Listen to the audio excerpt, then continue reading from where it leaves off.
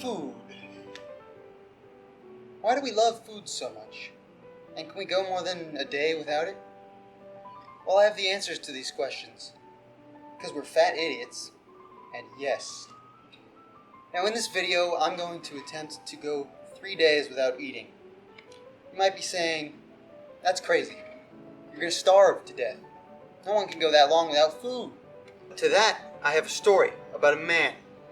In 1965, a man named Angus Barbieri went 382 days without eating any food. How? Well, because he was fat. You see, in order to understand how the human body can go without food for extended periods of time, you have to understand the metabolic timeline. It all begins with the meal.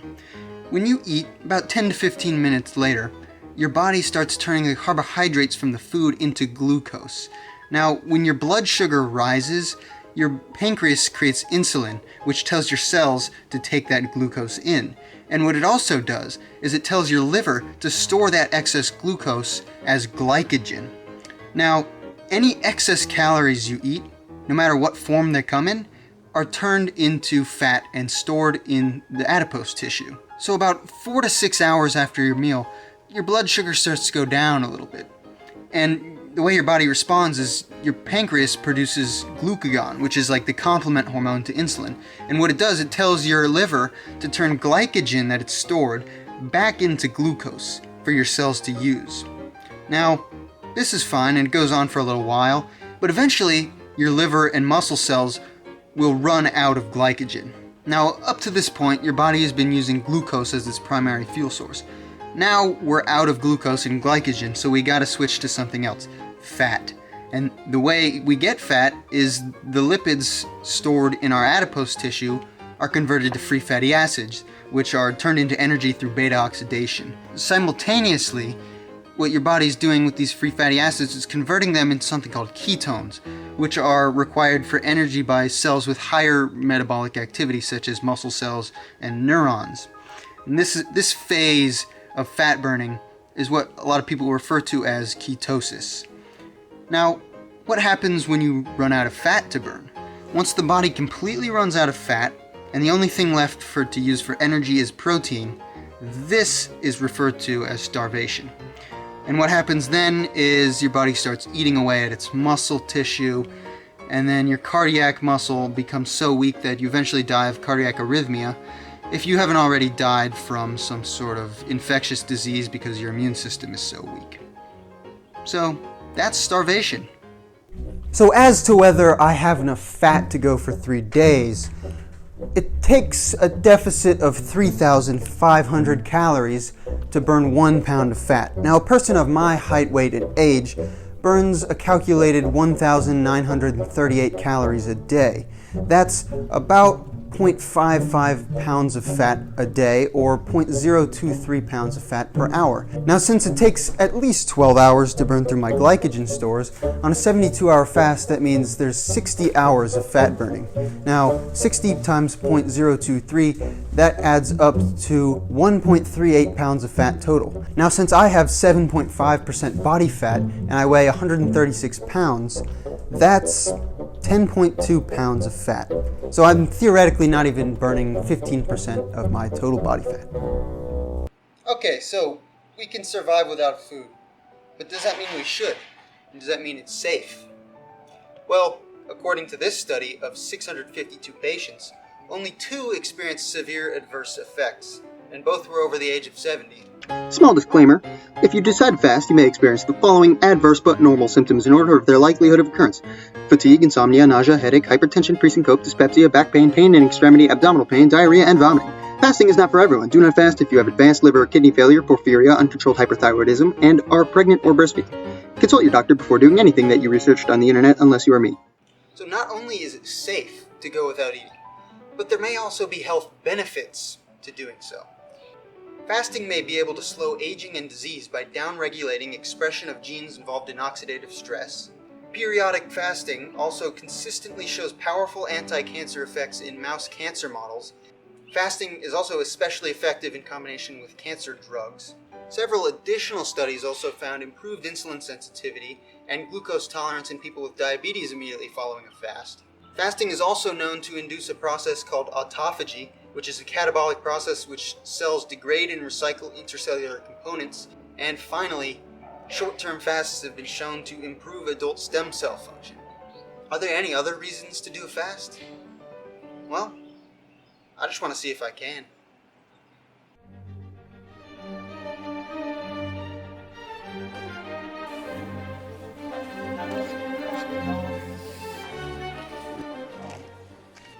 Alright, I'm about to take the last bite of food.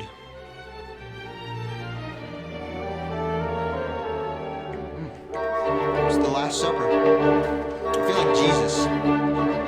Mom, where's the wine?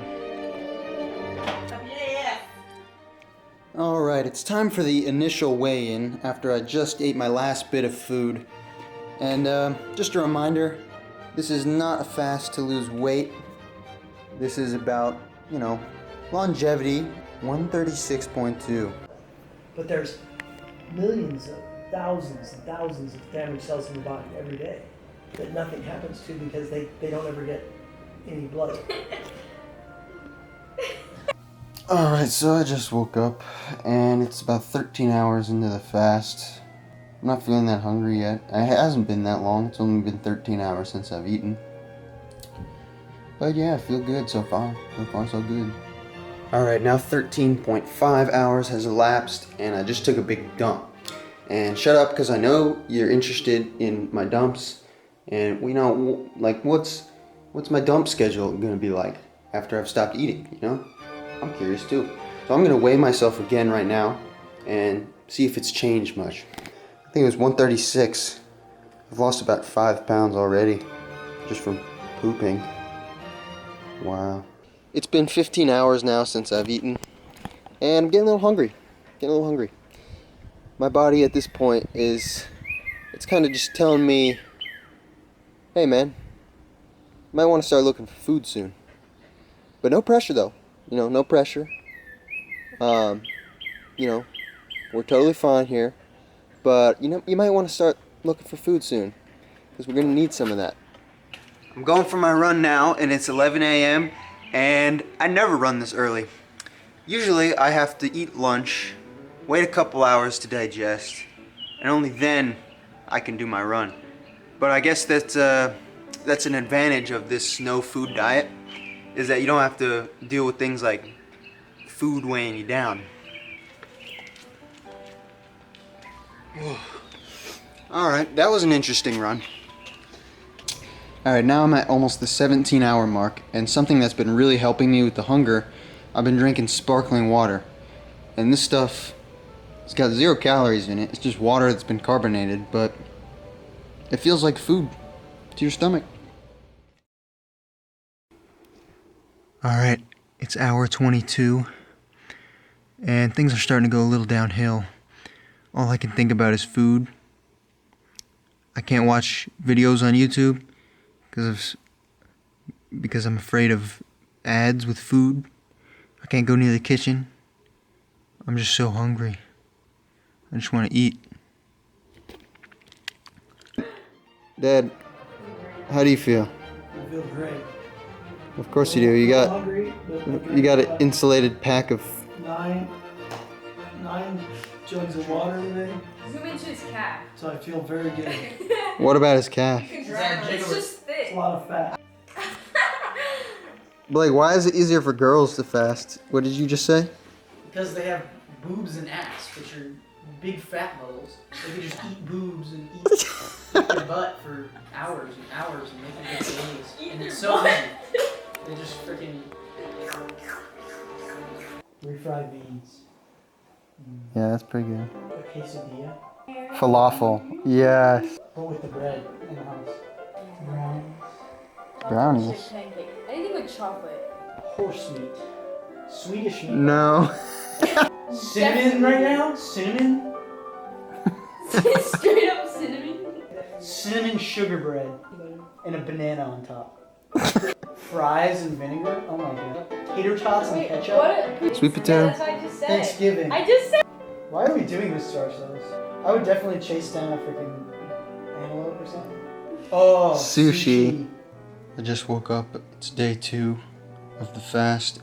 I'm at hour 37 right now, and just over halfway. I'm still hungry, but the hunger, it's not painful hunger like it was yesterday. It's more just like a mild hunger.